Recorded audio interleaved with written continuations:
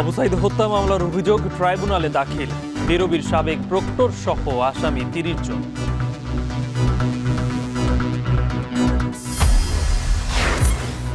কর্মসূচি প্রত্যাহারে স্বাভাবিক এনবিআরের কার্যক্রম। বন্দরে শুল্কায়ন সচল হলেও পণ্য জট নিয়ে দুশ্চিন্তা। বিতর্কিতরা প্রশাসনে থাকায় সুষ্ঠু নির্বাচন নিয়ে শঙ্কা। ইসির ভোটের অভিজ্ঞতা না থাকায় আস্থার সংকট। জুলাইয়ে চট্টগ্রাম থেকে ঢাকায় পাইপ লাইনে জ্বালানি সরবরাহ। বছরে ২৫০ কোটি টাকা সাশ্রয়ের আশা।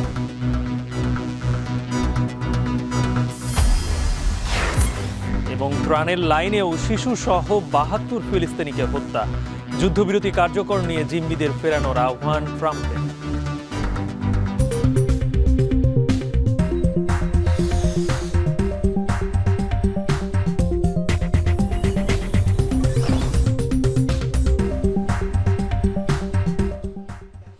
স্বাগত। এখন ঢাকায় শুনছিলেন শিরোনাম, পুরো আয়োজন জুড়ে সঙ্গে আছি আমি গালিব ইবনে রিয়াজ। আবু সাইদ হত্যা মামলার আনুষ্ঠানিক অভিযোগপত্র আন্তর্জাতিক অপরাধ ট্রাইব্যুনাল ২-এ দাখিল করা হয়েছে। বেগম রোকেয়া বিশ্ববিদ্যালয়ের সাবেক প্রক্টর সহ ৩০ জনকে আসামি করা হয়েছে। এই নিয়ে বিস্তারিত জানতে আমাদের সঙ্গে ট্রাইব্যুনাল থেকে যুক্ত হচ্ছেন সহকর্মী জাহিদুর রহমান। জাহিদ, শুরুতেই এই যে বিষয়টি ছিল জানতে চাই যে অভিযোগপত্রের কিছু আপনি বিস্তারিত জানতে পেরেছেন কিনা, যে অভিযোগপত্রে যাদেরকে আসামি করা হয়েছে তাদের বিরুদ্ধে সুনির্দিষ্ট কি কি অভিযোগ রয়েছে, আর কিছুক্ষণ আগে তো ট্রাইব্যুনালের ভেতরে ছিলেন, সেখানে কি শুনানি শুরু হয়েছে কিনা?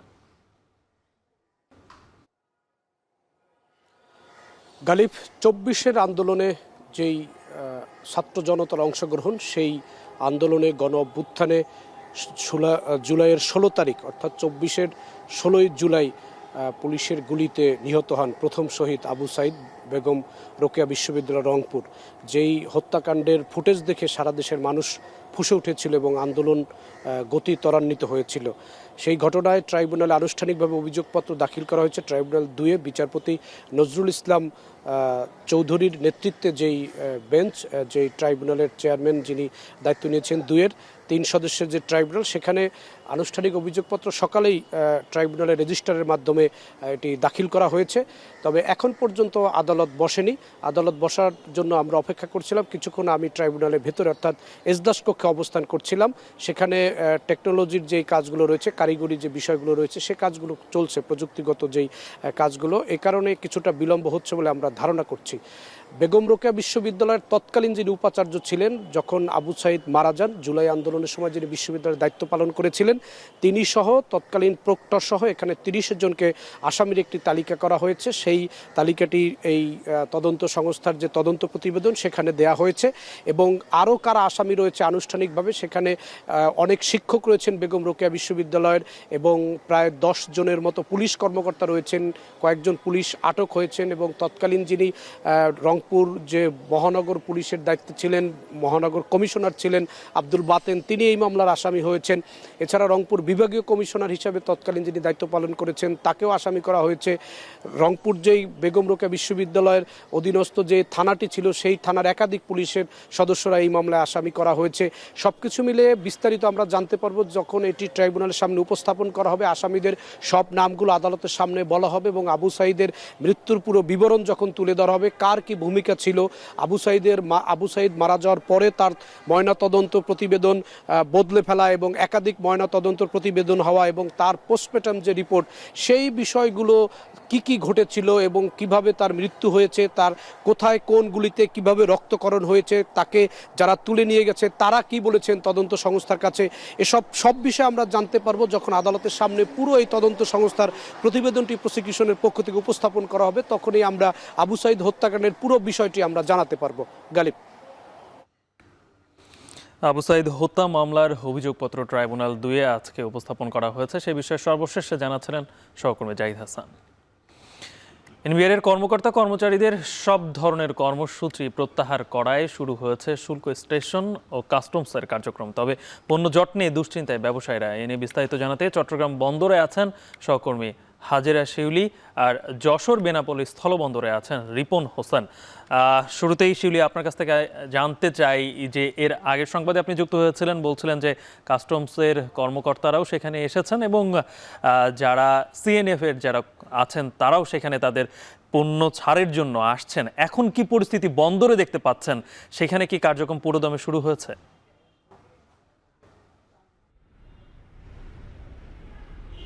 বর্তমানে পুরোদমে কার্যক্রম চলছে, তবে যেহেতু আগের অনেক পণ্যর জট রয়ে গেছে এবং যারা আগে পণ্য ডেলিভারির জন্য ইনডেন্ট দিয়েছিলেন সেই সাথে নতুন করে আজকে যারা আবার ইনডেন্ট দিবেন সেটার একটা ডেলিভারি বাড়তি চাপ আছে এবং এক্ষেত্রে কিন্তু তাদেরকে ওয়ান স্টপ সার্ভিস থেকে শুরু করে পণ্য শুল্ক পরিশোধের পর আরও অনেকগুলো টেবিলে যেতে হয় এবং পণ্য ডেলিভারির একদিন আগেই কিন্তু সেখানে ইনডেন্ট বা আবেদন করতে হয়। তো যেহেতু অনেক বেশি আবেদন জমে গেছে বা গত কয়েকদিনে স্বাভাবিক কার্যক্রম হয়নি, তাই কিন্তু একটি বাড়তি চাপ আছে। তাই সিএনএফ এজেন্ট এবং আমদানিকারকদের আহ্বান যেন এক্ষেত্রে বন্দর এবং কাস্টমসের কর্মকর্তারা তাদেরকে আন্তরিক সহযোগিতা করেন এবং যে প্রক্রিয়াগুলো সম্পন্ন করে তাদেরকে আসলে এই পণ্য ডেলিভারি নিতে হয় সেসব প্রসেসগুলো যেন একটু সহজ করা হয়। এর বাইরে কিন্তু গত 4 মাস ধরে চট্টগ্রাম বন্দর কর্তৃপক্ষ 4 দিনের বেশি ফ্রি টাইমের পর বন্দরে যেসব কন্টেনার পড়ে থাকবে সেগুলোর জন্য তাদেরকে 4 গুণ হারে জরিমানা আরোপ করেছেন। তো তারা বলছেন যে এক্ষেত্রে গত 1 মাস ধরে কিন্তু নানা ধরনের জটিলতা, প্রাকৃতিক দুর্যোগ, কাস্টমসের কর্মকর্তার কর্মবিরতির কারণে তারা তাদের স্বাভাবিক কাজগুলো করতে পারেন নাই এবং সে কারণে এই দায় কিন্তু তাদের না। তাই তারা আশা করছেন যে কর্তৃপক্ষ এই বিষয়টিতে আসলে তাদেরকে কিছুটা ছাড় দেবেন এবং এই যে 4 গুণের প্যানাল রেন্ট বা জরিমানা সেগুলো তারা আসলে প্রত্যাহার চান। এবং বর্তমানে বন্দরের যে গেটগুলো আছে সব গেটই আমরা দেখতে পাচ্ছি যে রফতানি পণ্যের বাহী বিভিন্ন ডিপো থেকে রফতানি পণ্যের বাহী ট্রেলার বা কন্টেনারগুলো বন্দরের ভেতরে যাচ্ছে এবং রাস্তায় বেশ আমরা গাড়ির জট দেখতে পেয়েছি এবং 19টি কন্টেনার ডিপোতে আসলে শতভাগ রফতানি পণ্যের প্রসেস করা হয়। রফতানির আগে কারখানাগুলো থেকে ডিপোতে পাঠানো হয় এবং সেখান থেকে পরবর্তীতে কাস্টমসের ডকুমেন্টেশন এবং যে ক্লিয়ারেন্স ছাড়পত্র সেগুলো শেষ করে তারপর বন্দরে পাঠানো হয় ট্রেলারে করে। তো সবগুলো ইপিজেড, 3টি ইপিজেড এবং বেসরকারি 19টি কন্টেনার ডিপো, সেখানে কিন্তু অনেক রফতানি কন্টেনার জমে গেছে। যেহেতু 2 দিন একেবারেই কাজ করেন নাই কাস্টমস কর্মকর্তারা, তাদের পূর্ণ দিবস কর্মবিরতি ছিল, তাই ডিপোগুলোতেও বেশ চাপ রয়েছে এবং আমদানি এবং সেই ডিপোগুলোতে প্রায় 80,000 টিওএস কন্টেনার জমে গেছে এবং রফতানি কন্টেনার প্রায় 14,000 টিওএস এবং বন্দরও বেশ কন্টেনার জট তৈরি হয়েছে এবং জাহাজ জটও তৈরি হয়েছে। তো এই যে গত কয়েকদিনের যে ধাক্কা বা কলম বিরতি সেটার যে প্রভাব সেটি কিন্তু দীর্ঘমেয়াদে বন্দরকে কাটিয়ে উঠতে বেশ সময় লাগবে। বিশেষ করে বহির্নোঙর 21টির মতো কন্টেনার জাহাজ অপেক্ষায় আছে এবং বন্দরের যে জাহাজগুলোকে ভিড়তে জেটিতে তাদের 3 থেকে 4 দিন, কখনো 6 থেকে 7 দিন অপেক্ষায় থাকতে হচ্ছে। যেহেতু বন্দরে যে জাহাজগুলো এসেছিল সেগুলো কিন্তু পণ্য খালাস করে যথাসময়ে ছেড়ে যেতে পারেনি, যেহেতু কাস্টম কর্মকর্তাদের কর্মবিরতির কারণে রফতানি পণ্যগুলো বোঝাই হয় নাই। তো কর্তৃপক্ষ আশা করছেন সব পক্ষের সহযোগিতায় দ্রুত এই সংকট তারা কাটিয়ে উঠবেন। তো এই ছিল আমার কাছে চট্টগ্রাম বন্দর থেকে সবশেষ। একটু স্থলবন্দরের খবর নিতে চাই। রিপন, আপনি আছেন বেনাপোলে, দেশের অন্যতম গুরুত্বপূর্ণ স্থলবন্দর। যেরকম সমুদ্র বন্দরের কার্যক্রম স্বাভাবিক করতে চেষ্টা চলছে, সেখানে স্থলবন্দরের কার্যক্রম স্বাভাবিক করতে কেমন চেষ্টা চলছে? বিশেষ করে যে পণ্যবাহী ট্রাকের যে জট ছিল সেটা কি দূর হওয়া শুরু হয়েছে? বেনাপোল স্থলবন্দর দেশের সর্ববৃহৎ বছর সরকার 6,000 কোটি টাকা রাজস্ব আদায় করে থাকে। সেক্ষেত্রে একদিন যদি বন্দর বন্ধ থাকে প্রায় 6.5 থেকে 17 16.5 থেকে 17 কোটি টাকা রেভিনিউ সরকার সেটি থেকে বঞ্চিত হয় এবং যারা ব্যবসা রয়েছেন তারাও কিন্তু ক্ষতিগ্রস্ত হয়। বিশেষ করে মালামাল আনানিয়ার ক্ষেত্রে যে পোর্টের যে ডেমারেজ সেটি গুনতে হয়। এই যে বন্দরটি রয়েছে আমরা গত 3 দিন ধরে দেখছি যে বন্দরের যে কার্যক্রম বন্ধ রয়েছে। বিশেষ করে শুক্র, শনি এবং রবি এই 3 দিন, যদিও 2 দিন যে কাস্টম কর্মকর্তাদের যে কর্মবিরতি ছিল, শাটডাউন ছিল, সে কারণে এই সমস্যার আগে কিন্তু শুক্রবার ছিল। মোট 3 দিন এই সমস্যাটা পড়েছে। এর আগে আমরা দেখেছি যে কলম বিরতির কারণে অর্ধ দিবস কোনোদিন তার কম সময় কিন্তু তারা যে কর্মবিরতি সেটি পালন করেছে, ফলে বন্দরের যে স্বাভাবিক কার্যক্রম সেটি ব্যাহত হচ্ছিল। আমরা আজকে সকাল থেকে দেখছি যে এই কার্যক্রমটি আবার চালু হওয়ার পর থেকে আস্তে আস্তে স্বাভাবিক হতে শুরু করেছে। যদিও এই যে ভেকুয়াল টার্মিনালটি দেখছেন, এই কারণে যে পণ্য জট সেটি আসলে বেনাপোল বন্দরে আসলে নাই বললে ব্যবসায়ীরা বলছেন যে ভেকুয়াল টার্মিনালে একটি বড় জায়গা রয়েছে, সেই জায়গার কারণে যে পণ্য জট সেটি নেই। তবে যে মালামাল থাকার কারণে যে সময়টা লাগছে, অর্থাৎ 3 থেকে 4 দিন যে সময়টা যাচ্ছে, সেটি যে পোর্টের যে ডেমারেজ খরচ সেটি কিন্তু বৃদ্ধি পাচ্ছে। পাশাপাশি বেনাপোল যে ইন্ডিয়ার যে পেট্রোপোল রয়েছে সেখানেও কিন্তু মালামাল রয়েছে, বাংলাদেশি যারা আমদানিকারক রয়েছেন, রপ্তানিকারক রয়েছে, তাদের মালামাল রয়েছে। সেক্ষেত্রে কিন্তু ওখানেও যে একটা পণ্য জট সৃষ্টি হচ্ছে বলে জানিয়েছেন সেখানকার ব্যবসায়ীরা। তবে যারা ব্যবসায়ী রয়েছেন তারা বলছেন যে আমরা প্রতিনিয়তই ক্ষতিগ্রস্ত হই, বন্দরে একদিন বন্ধ থাকে প্রায় 16.5 থেকে 17 কোটি টাকা সরকার বঞ্চিত হয়। এক্ষেত্রে সব মিলে প্রায় 1 থেকে 1.5 কোটি টাকার একটা ক্ষতি কিন্তু বন্দর কেন্দ্রিক হয়ে থাকে, এমনটি জানিয়েছেন তারা ব্যবসায়ী রয়েছেন। তবে আস্তে আস্তে পণ্য যে কার্যক্রম চালু হওয়ার পরে আমরা সকাল থেকে বেনাপোল কাস্টমসে গিয়েছিলাম, সেখানে কাস্টমস কর্মকর্তারা কাজ করছেন, তার যে ফাইলপত্র রয়েছে কাগজপত্র ঠিক করছেন, এবং বন্দরের যে ভেকর টার্মিনাল এখানেও আমরা দেখছি যে কাছে যাওয়া করছে, অর্থাৎ পণ্য যে আমদানি রপ্তানি সেটি কার্যক্রম স্বাভাবিক হচ্ছে আস্তে আস্তে। তো সব মিলে ব্যবসায়ীরা দাবি করছেন যে এ ধরনের ধর্মঘট, বন্দর কেন্দ্রিক যে শাটডাউন, এই ধরনের যে কর্মসূচিগুলো রয়েছে এগুলো থেকে যদি বিরত না থাকে তাহলে বন্দরের যে ব্যবসা বাণিজ্য সেটি আসলে প্রসার হবে না, দিন গেলে আরো কমতে থাকবে। যদিও ভারত সরকারের যে কিছু যে মালামাল কিছু নিষেধাজ্ঞার কারণে বন্দরের যে কার্যক্রম সেটি কিছুটা কমেছে, এমনটি জানিয়েছেন যারা ব্যবসায়ী নেতারা রয়েছেন। তারা বলছেন যে ভারতের সাথে যে চুক্তি রয়েছে বিভিন্ন আমদানি রপ্তানির ক্ষেত্রে, সেগুলো যদি আরো একটু স্বাভাবিক করা হতো তাহলে হয়তো বন্দরের যে কার্যক্রম আরো বাড়তো, সরকার যে রেভিনিউ কিন্তু আরো বেশি পেত, এমনটি তারা কিন্তু দাবি করছে। সব মিলে যে বন্দরের যে কার্যক্রম চলছে আস্তে আস্তে স্বাভাবিক হচ্ছে। যদিও এই যে টার্মিনালে রয়েছে আমরা এখানে খুব বেশি পণ্য জট কিংবা দীর্ঘ লাইন সেটি কিন্তু আমরা দেখছি না। তবে যারা কর্মকর্তারা রয়েছেন তারা বলছেন যে এই কাজ আস্তে আস্তে তারা ঠিক করবেন। সব মিলে বন্দর কেন্দ্রিক যে ব্যবসা বাণিজ্য সেটি সম্প্রসারণে ব্যবসায়ীরা আরো উদ্যোগী হওয়ার কথা বলছেন, বিভিন্ন পরামর্শ কিন্তু তারা দিচ্ছেন। তো সব মিলে বন্দরের এই ছিল আমার কাছে এখান থেকে সর্বশেষ। এনবিআর কর্মকর্তাদের আন্দোলন প্রত্যাহারের ফলে সারা দেশের স্থলবন্দর এবং সমুদ্র বন্দরেও কার্যক্রম স্বাভাবিক হতে শুরু করেছে, সে বিষয়ে জানাচ্ছিলেন আমাদের 2 সহকর্মী। এদিকে এনবিআর সংস্কার ঐক্য পরিষদের আন্দোলন প্রত্যাহারের পর স্বাভাবিক হচ্ছে জাতীয় রাজস্ব বোর্ডের কার্যক্রম। আগারগাঁও এনবিআর কার্যালয় থেকে যুক্ত হচ্ছেন সহকর্মী মশিউর অনিক। জানতে চাই সেখানকার সবশেষ পরিস্থিতি। অনেক এর আগের সংবাদগুলোতে আপনি যুক্ত হচ্ছিলেন, বলছিলেন যে সেখানে কর্মকর্তা কর্মচারীরা আসতে শুরু করেছেন। এখন তো বেলা মোটামুটি বেড়েছে, সেবা গ্রহীতারা কেমন সেখানে আসছেন এবং তারা কি পুরোপুরি সেবা পাচ্ছেন কিনা?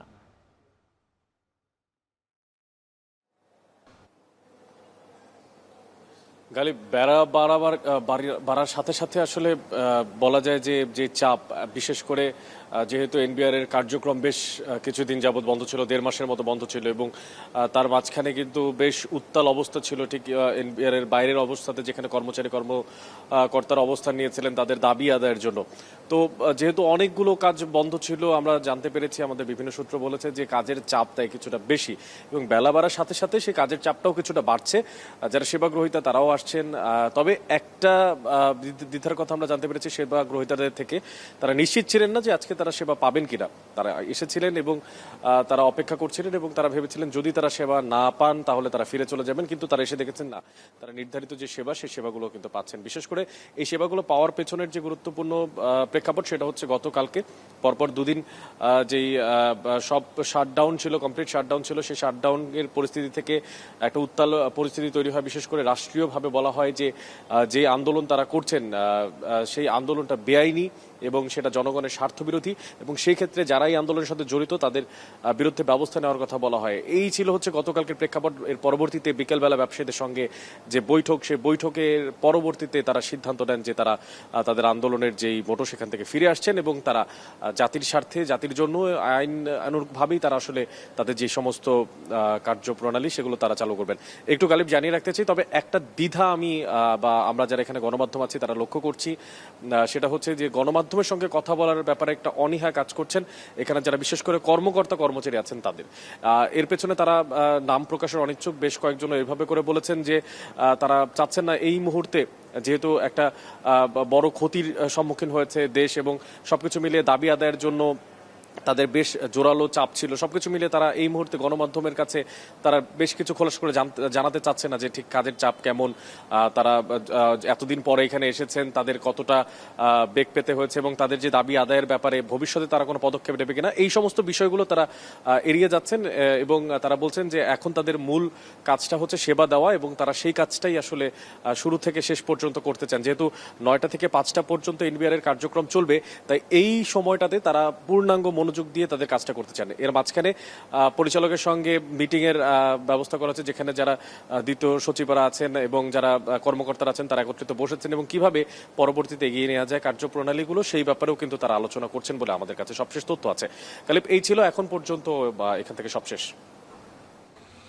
আন্দোলন প্রত্যাহারের পরদিন মানে আজ কর্মকর্তা কর্মচারীরা এনবিআর এর প্রধান কার্যালয়ে তারা তাদের কার্যক্রম স্বাভাবিক করার চেষ্টা করে যাচ্ছেন, সেই খবরই জানাচ্ছিলেন আমাদের সহকর্মী মশিউর অনিক।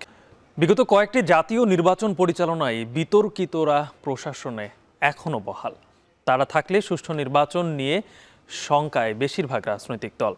সেই সাথে বর্তমান কমিশনের নির্বাচন পরিচালনার অভিজ্ঞতা না থাকায় ভরসা করতে পারছে না কয়েকটি দল। এদিকে নির্বাচন ব্যবস্থা নিয়ে ঐকমত্যে পৌঁছানো নিয়েও রয়েছে শঙ্কা। আরও জানাচ্ছেন মিয়া আমিরুল। নির্বাচন ব্যবস্থা নিয়েই এখনও ঐকমত্যে পৌঁছতে পারেনি রাজনৈতিক দলগুলো। একই সাথে আগামী জাতীয় সংসদ নির্বাচনের আলাপ যখন 2026-এর এপ্রিল থেকে ফেব্রুয়ারিতে, তখন ইসির সামনে রয়েছে নানা চ্যালেঞ্জ। আমরা কারো হুকুমে, কারো নির্দেশনায়, কারো পরিচালনায় আমরা কাজ করব না। এএমএম নাসিরউদ্দিন নেতৃত্বাধীন বর্তমান কমিশন দায়িত্ব নেওয়ার পর থেকেই গত 7 মাসে দেশের ইতিহাসের সেরা নির্বাচন আয়োজনের প্রতিশ্রুতি দিয়ে আসছে। তবে সম্প্রতি সাবেক প্রধান নির্বাচন কমিশনাররা যখন আদালতের কাঠগড়ায়, তখন পুরাতন কাঠামোতে ঘটিত বর্তমান নির্বাচন কমিশনের কার্যক্রম নিয়ে রয়েছে নানা মত। এমন প্রেক্ষাপটে বর্তমান নির্বাচন কমিশনের উপর কতটা আস্থা রয়েছে রাজনৈতিক দলগুলোর? বিএনপি আস্থার কথা জানালেও মাঝামাঝি অবস্থানে রয়েছে জামায়াত ইসলামী, আর ভরসা করতে পারছে না এনসিপি। যে আইনের মাধ্যমে যে কমিশন গঠন করা হয়েছে সেটা নিরপেক্ষ হয়নি। নির্বাচন কমিশন তাদের কার্যক্রমের মাধ্যমে দেশ এবং জাতির কাছে যে অঙ্গীকার প্রতিশ্রুতি দিয়েছে সেটাকেও বাস্তবায়ন করে, এটা এখন দেখার বিষয়। বর্তমান নির্বাচন কমিশনের উপর আমাদের আস্থা আছে। এদেরকে বর্তমান অন্তর্বর্তীকালীন সরকারি নিয়োগ দিয়েছেন, তো আমরা আশা করি তারা জাতিকে একটি ভালো নির্বাচন উপহার দিতে সক্ষম হবেন। এদিকে প্রশাসনে থাকা ফ্যাসিবাদের দোসরদের নিয়ে শঙ্কা রয়েছে দলগুলোর। তাদের সরানো না গেলে সুষ্ঠু নির্বাচন করা কঠিন বলে মনে করেন তারা। ইলেকশন কমিশনের বিরুদ্ধে একটি মামলা হলো, সেই মামলায় ইশরাক হোসেন রায় পেয়ে গেল, কিন্তু সেই মামলার বিরুদ্ধে ইশরাকের বিরুদ্ধে আইনজীবী নিয়োগ করে নাই, মানে আইনজীবী লড়াই করে নাই কোর্টে। পুরো প্রশাসন, যে প্রশাসন দিয়ে রাতের ভোট হয়েছে, ইলেকশন কমিশনের যে অফিসারগুলো দিয়ে রাতের ভোট হয়েছে, ডামি ভোট হয়েছে, একতরফা ভোট হয়েছে, তারা কিন্তু সকলে স্ব স্ব জায়গায় আছে। যে ফেসিবাদী শাসন ব্যবস্থা বাংলাদেশটাকে এমন একটা পর্যায়ে নিয়ে গিয়েছিল, একটা অন্ধকারের দিকে ঠেলে দিয়েছিল। এখন আমাদের সাপ মারলার সাপের লেস রয়ে গেল, তাহলে আবার কিন্তু ছুবল মারতে পারে। এই প্রশাসন এখন পর্যন্ত সেই শেখ হাসিনার দোসররাই রয়ে গিয়েছে এখানে। এদেরকে এই সরকার সরাতে পারে নাই বা ইচ্ছা করে সরায় নেই। তো সুতরাং প্রশাসনে আমূল পরিবর্তন ছাড়া সুষ্ঠু নির্বাচন হবে না। এমন প্রেক্ষাপটে নির্বাচন কমিশনের সচেতনতা বেশি জরুরি বলে মনে করেন ঐকমত্য কমিশনের সদস্য বদিউল আলম মজুমদার। জানান, নির্বাচন ব্যবস্থা সংস্কার সহ প্রশাসনের গতি আনতে আগে সীমিত পরিসরে স্থানীয় নির্বাচন করা যেতে পারে। আগামী দিনে নির্বাচন কমিশনের জন্য চ্যালেঞ্জ হবে আস্থা অর্জন করা। আস্থার সংকট যদি থেকে যায় তাহলে নির্বাচনের নিরপেক্ষতা নিয়ে প্রশ্ন উঠবে। আমি তো মনে করি ফেব্রুয়ারিতে সম্ভব, যে যদি নির্বাচন কমিশন তার দায়িত্ব সঠিকভাবে পালন করে। নির্বাচন কমিশনের ভুল করার কোনো সুযোগ নেই, তাদেরকে ভুল করলে পরিণতি কিন্তু ভয়াবহ হতে পারে। নির্বাচন অনুষ্ঠানে পুরোদমে প্রস্তুতি নিচ্ছে নির্বাচন কমিশন। 26 জুন প্রধান উপদেষ্টার সাথে বৈঠক করে সিএসি। সেখান থেকে কি নির্দেশনা পেল কমিশন প্রধান, সে আলোচনা সর্বমহলে। মিয়া আমিরুল, এখন ঢাকা। চট্টগ্রাম থেকে ঢাকায় পাইপলাইনে জ্বালানি তেল সরবরাহ প্রকল্পের চূড়ান্ত পরীক্ষা শেষ পর্যায়ে। সফল হলে জুলাইয়ে বাণিজ্যিকভাবে সরবরাহ শুরু করবে বিপিসি। এর মাধ্যমে স্বয়ংক্রিয়ভাবে জ্বালানি তেল সরবরাহের নতুন যুগে ঢুকবে প্রতিষ্ঠানটি। সংশ্লিষ্টরা বলছেন, জ্বালানি তেলের অপচয় ও চুরি রোধের পাশাপাশি এতে বছরে সাশ্রয় হবে 250 কোটি টাকা। আরও জানাচ্ছেন হাজেরা শিউলি। দেশে বছরে জ্বালানি তেলের চাহিদা প্রায় 65 লাখ মেট্রিক টন। 3টি বিপণন কোম্পানির আমদানি করা এই জ্বালানি তেলের 90% পরিবহন করা হয় নৌপথে। এটি ব্যয়বহুল ও সময় সাপেক্ষ। সেই সঙ্গে 180টি ওয়েল ট্যাঙ্কারের মাধ্যমে 50টি ডিপোতে জ্বালানি সরবরাহ করাও একটি বড় চ্যালেঞ্জ। এতে বছরে বাংলাদেশ পেট্রোলিয়াম কর্পোরেশন বিপিসির ব্যয় হয় প্রায় 400 কোটি টাকা। এছাড়া ট্যাঙ্কার থেকে জ্বালানি তেল নিঃসরণে দূষিত হয় নদী। সব মিলিয়ে সাশ্রয়ী ব্যয়ে দ্রুত জ্বালানি পরিবহনে 2018 সালে চট্টগ্রাম থেকে ঢাকায় পাইপলাইনে এই তেল পরিবহনের প্রকল্প নেয় বিপিসি। নানা জটিলতা ও প্রতিকূলতা পেরিয়ে গেল মার্চে শেষ হয় 250 কিলোমিটার দৈর্ঘ্যের পাইপলাইন ও স্টোরেজ ট্যাঙ্ক সহ অন্যান্য অবকাঠামো নির্মাণের কাজ। ওই মাসেই বাণিজ্যিকভাবে পাইপলাইনে জ্বালানি সরবরাহের কথা থাকলেও টেলিকমিউনিকেশন ও অটোমেশনের কাজ শেষ না হওয়ায় সম্ভব হয়নি।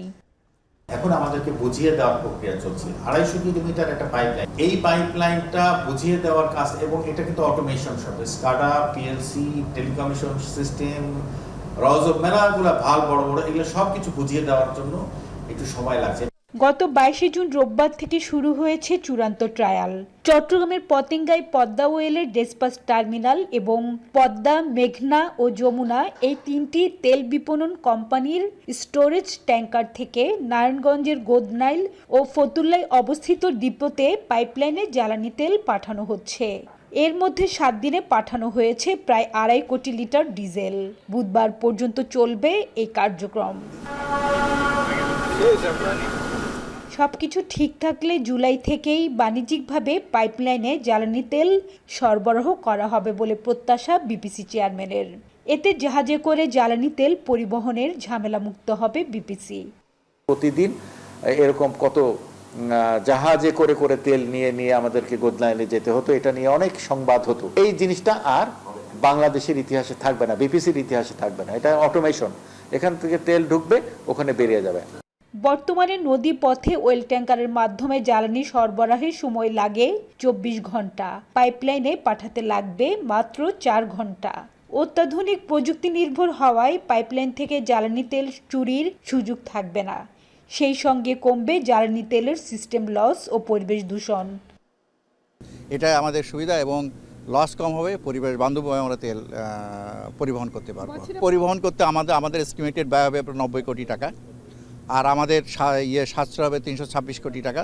সুতরাং আমাদের প্রায়, এখন তো রেট আরও বাড়ছে, সুতরাং আমরা প্রায় 250 কোটি টাকা আমরা বছরে সাশ্রয় করতে পারবো।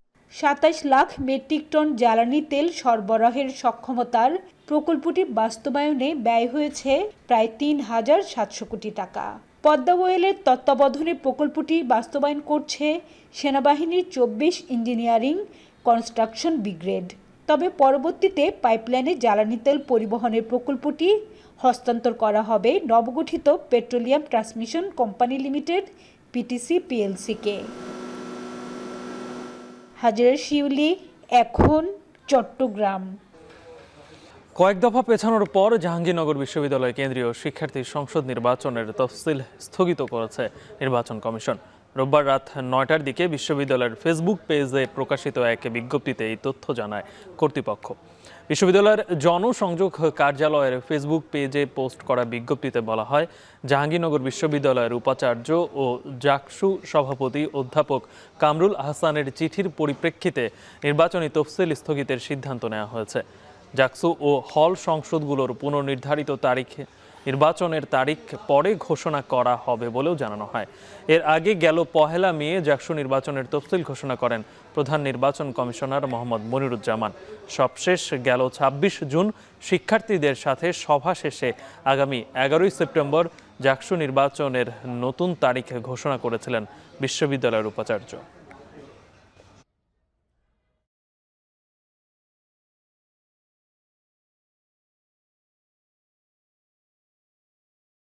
ডিমের ক্রমাগত দরপতনে ক্রেতারা স্বস্তিতে থাকলেও দিশেহারা টাঙ্গাইলের খামারিরা। তাদের দৈনিক লোকসান হচ্ছে প্রায় কোটি টাকা।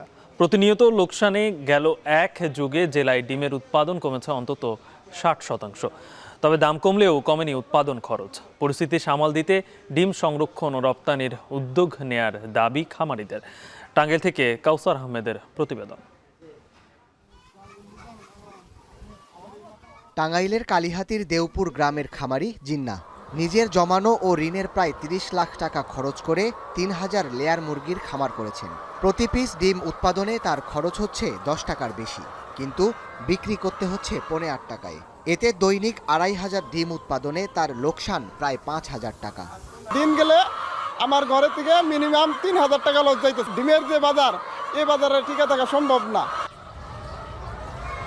জিন্নার মতো জেলার অন্যান্য খামারিদের অবস্থাও একই।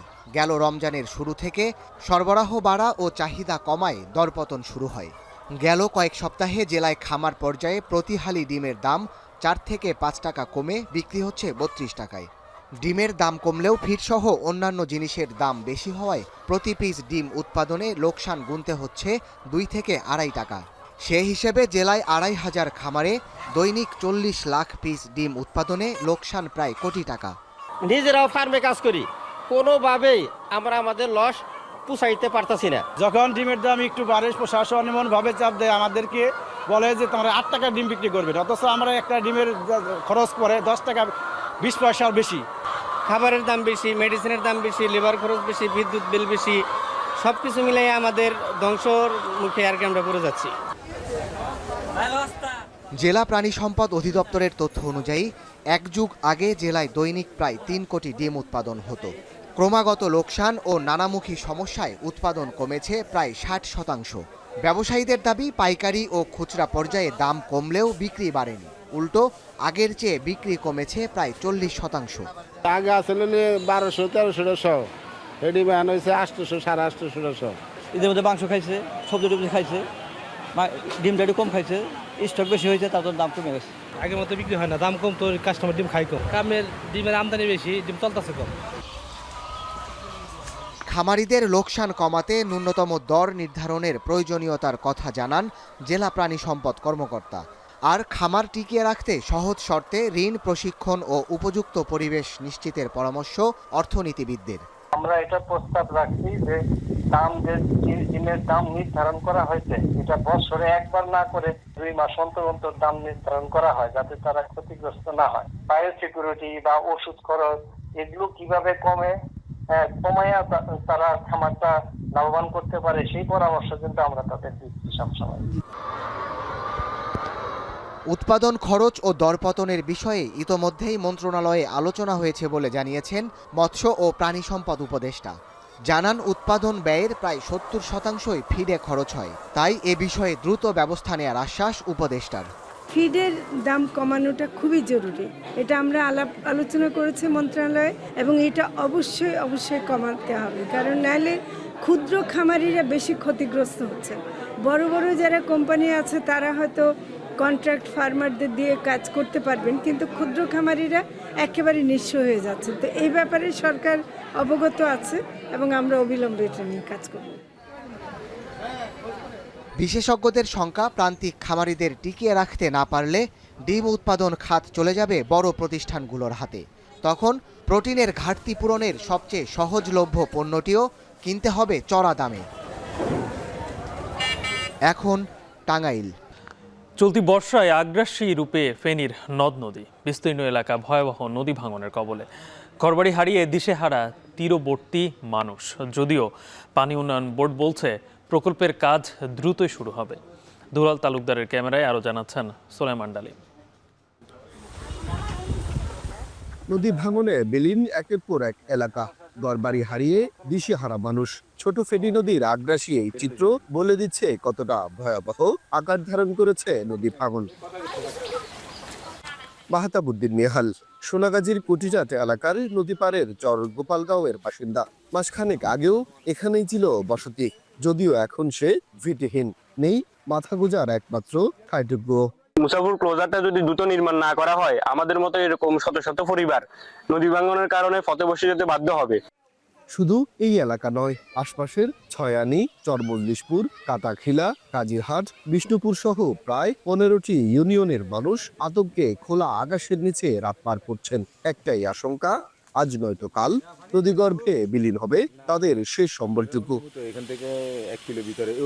সর্বস্ব হারিয়ে লাখো মানুষ এখন মানবেতর জীবনযাপন করছেন। কেবল বসতভিটা নয়, নদীগর্ভে হারিয়ে যাচ্ছে কবরস্থান, শ্মশানও। একদিকে সর্বস্ব হারানোর আতঙ্ক, অন্যদিকে নোনা পানিতে ক্ষতিগ্রস্ত ফসলি মাঠ। পরিস্থিতি থেকে রেহাই পেতে আন্দোলন করেছে এলাকাবাসী। নদীতে ভাঙি মন্দির সব পড়ে গেছে, আমাদের এখানে দাসপাড়ার অনেক ঘর বাড়ি চলে গেছে। ছোট ছোট বাচ্চারা এখন 2-3 কিলো পথ দুধ দিয়ে ঘুরে স্কুলে যাইতে হবে, এমতো অবস্থায় অনেক ছোট বাচ্চারা স্কুল বিমুখ হয়ে পড়ছে। আমরা প্রশাসনের দোরগোড়ায় অনেক দৌড়াদৌড়ি করেছি, কিন্তু প্রশাসনে কোনো টনক নড়ে নাই। আমাদের আবেদন যে মনে করেন এটা কাজটা যেন নদী ভাঙার কাজটা যেমন করে, যেভাবে সরকারের সম্ভব হয় ওইভাবে যেন সরকার দ্রুত একটা পদক্ষেপ নেয়। গেল বছরের আগস্টের বন্যায় পানির চাপে ভেঙে পড়ে মুসাফর ক্লোজার। এরপর থেকেই ভয়াবহ রূপ নেয় নদী ভাঙন। স্থানীয়দের অভিযোগ, একদিকে অবৈধ বালু উত্তোলন, অন্যদিকে যথাযথ রক্ষণাবেক্ষণের অভাবে দ্রুত ভেঙে পড়ছে নদীর তীর। এই অবস্থায় জোড়াতালি নয়, টেকসই সমাধানের দাবি স্থানীয়দের। এদিকে পানি উন্নয়ন বোর্ড বলছে, বিশ্বব্যাংকের অর্থায়নে 171 কোটি টাকার প্রকল্প এরই মধ্যে অনুমোদন হয়েছে। ছোট ফেনী, কালিদাস পাহালিয়া নদী তীরে 13 কিলোমিটার এলাকায় নেওয়া হয়েছে প্রতিরক্ষামূলক কাজের পরিকল্পনা। এছাড়াও মুহুরী, কহুয়া, সিলোনিয়া নদী তীরের 16 কিলোমিটার এলাকায় বাঁধ মেরামতের কাজ শুরু হয়েছে বলেও জানানো হয়। এই ভাঙন বন্ধ করার জন্য আমরা জরুরি ভিত্তিতে কিছু পদক্ষেপ নিয়েছি। এর বাইরে আমাদের একটি চলমান প্রজেক্টের আওতায় প্রায় 1.5 কিলোমিটার প্রোটেক্টিভ ওয়ার্ক চলমান আছে। আর নতুন করে ওয়ার্ল্ড ব্যাংকের আর্থিক সহায়তায় বিএস্ট্রং প্রজেক্টে ছোট ফেনী নদীতে 6.5 কিলোমিটার নদীতে প্রতিরক্ষামূলক কাজ আছে। সোনাগাজীর কুঠিরহাটের চর গোপালগাঁওয়ের ঠিক এখানেই ছিল ঘরবসতি, ভিটেমাটি, সংসার। এক মাসের ব্যবধানেই তা বিলীন হয়েছে নদীগর্ভে। নদী ভাঙনের এই করুণ চিত্র সোনাগাজীর বিস্তীর্ণ এলাকা জুড়ে। স্থানীয় অসহায় মানুষগুলো সরকারের দ্রুত পদক্ষেপ আশা করছেন। সোলাইমান ডালিম, এখন ফেনী। দেশের বাইরের খবর, যুদ্ধবিরতি কার্যকর করে জিম্মিদের ফিরিয়ে আনতে ট্রাম্পের আহ্বান উপেক্ষা করে গাজায় আগ্রাসনের মাত্রা বাড়িয়েছে ইসরায়েল। উত্তরাঞ্চল থেকে বাসিন্দাদের সরে যেতে বলছে আইডিএফ। রোববার একদিনে প্রাণ গেছে ক্ষুধার্ত গাজাবাসী ও শিশুসহ 72 জনের। যদিও মধ্যস্থকারী দেশ মিশর বলছে অন্তত 60 দিনের জন্য যুদ্ধবিরতির চেষ্টা চালিয়ে যাচ্ছে তারা। আরও জানাচ্ছেন তৌহিদুর রহমান।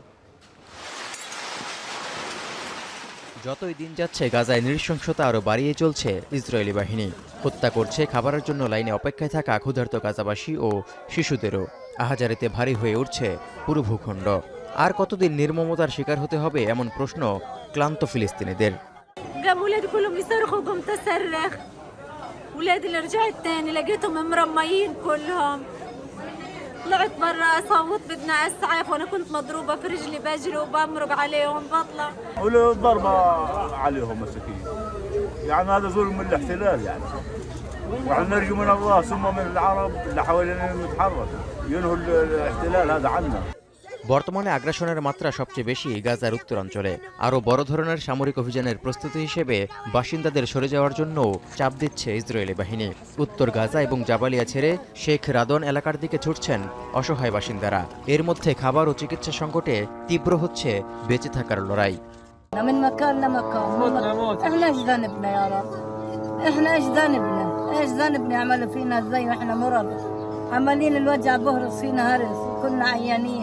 أو بإرضاء أمريكا. المهم تنتهي الحرب ويا السلام. معنا أبنائنا الجوعانين هذول. أبنائنا جوع. طبعا أنا طالع. এই অবস্থায় অবরুদ্ধ ভূখণ্ডটিতে ভয়াবহ মানবিক সংকটের কথা উল্লেখ করে বিশ্ব স্বাস্থ্য সংস্থার মুখপাত্র ক্রিশ্চিয়ান লিন্ডমেয়ার মন্তব্য করে বলেছেন, গাজায় যুদ্ধবিরতি সকলের জন্যই সর্বোত্তম। এছাড়া ত্রাণ বিতরণ কেন্দ্রগুলোতে গুলি করে হত্যার ঘটনায় নিন্দাও জানিয়েছেন তিনি। The people are dying, the people are starving, they are sick. So they need the food items and water, fresh water, but that's not primarily WHO's role. We are there to deliver the medical supplies. And let's be clear, a ceasefire, peace is the best medicine for everyone. হামাসের হাতে আটক অন্তত 50 জিম্মির মুক্তি নিশ্চিত করে 20 মাস ধরে চলমান এই আগ্রাসন অন্তত 60 দিনের জন্য বন্ধে যখন মিশর, কাতার ও যুক্তরাষ্ট্রের মধ্যস্থতাকারীরা জোর প্রচেষ্টা চালাচ্ছে, তখন বর্বরতা আরও বাড়িয়েছে নেতানিয়াহু বাহিনী। গাজায় যুদ্ধবিরতি কার্যকর করে জিম্মিদের ফিরিয়ে আনতে মার্কিন প্রেসিডেন্ট ডোনাল্ড ট্রাম্পের আহ্বানকেও উপেক্ষা করছে ইসরায়েল। כמובן שאנחנו נצטרך לפתור גם את עניין עזה, להכריע את החמאס, אבל אני מעריך שאנחנו נשיג את שתי המשימות. אבל מעבר לזה נפתחות אפשרויות אזוריות רחבות, שבחלק מהם, בעצם כמעט בכולם אתם שותפים. এদিকে ফিলিস্তিনি ফুটবল অ্যাসোসিয়েশন জানিয়েছে 2023 সালের 7 অক্টোবর থেকে ইসরায়েলি আগ্রাসনে গাজা এবং অধিকৃত পশ্চিম তীরে 785 জন ক্রীড়াবিদ ও ক্রীড়া কর্মকর্তা নিহত হয়েছেন। অনেক ক্ষেত্রে নিহতদের ধ্বংসস্তূপের নিচ থেকে উদ্ধার করতে না পারায় সংখ্যাটি আরও বেশি হতে পারে বলেও মনে করা হচ্ছে। সব মিলিয়ে এখন পর্যন্ত গাজায় প্রাণহানি 56,000 ছাড়িয়েছে। তৌহিদুর রহমান, এখন বিশ্ব। মার্কিন প্রেসিডেন্ট ডোনাল্ড ট্রাম্প যদি ইরানের সঙ্গে আলোচনায় বসতে চান, তাহলে তেহরানের সম্ভাব্য হামলার সমস্ত পরিকল্পনা বাতিল করতে হবে। বিবিসিকে দেওয়া সাক্ষাৎকারে এ মন্তব্য করেছেন ইরানের উপ পররাষ্ট্রমন্ত্রী মাজিদ আখত রাভাঞ্চি। আরও বলেছেন, ট্রাম্প প্রশাসন ইরানের সঙ্গে পরমাণু বৈঠক চালিয়ে যেতে চায়, কিন্তু তেহরান ইস্যুতে ওয়াশিংটনের অবস্থান পরিষ্কার নয়। ইরান আলোচনায় রাজি হলে যুক্তরাষ্ট্র ভবিষ্যতে দেশটিতে হামলা করবে না এমন নিশ্চয়তা পাওয়ার আগ পর্যন্ত তেহরান কোনো সমঝোতায় বসতে রাজি না বলেও সাফ জানিয়ে দিয়েছেন উপপররাষ্ট্রমন্ত্রী। ইউরেনিয়াম সমৃদ্ধকরণের বিষয়ে প্রশ্ন করা হলে তিনি জানান, অভ্যন্তরীণ উন্নয়ন প্রকল্পের স্বার্থে তেহরান পরমাণু কর্মসূচি বন্ধ করবে না, কিন্তু এর সঙ্গে পরমাণু অস্ত্র তৈরির কোনো সম্পর্ক নেই।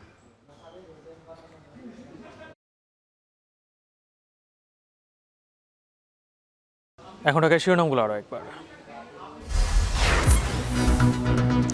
আবু সাইদ হত্যা মামলার অভিযোগ ট্রাইব্যুনালে দাখিল, বিরোধীর সাবেক প্রক্টর সহ আসামি 30 জন।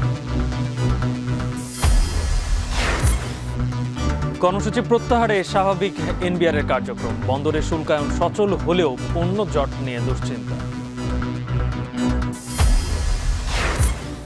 বিতর্কিতরা প্রশাসনে থাকায় সুষ্ঠু নির্বাচন নিয়ে শঙ্কা, ইসির ভোটের অভিজ্ঞতা না থাকায় আস্থার সংকট।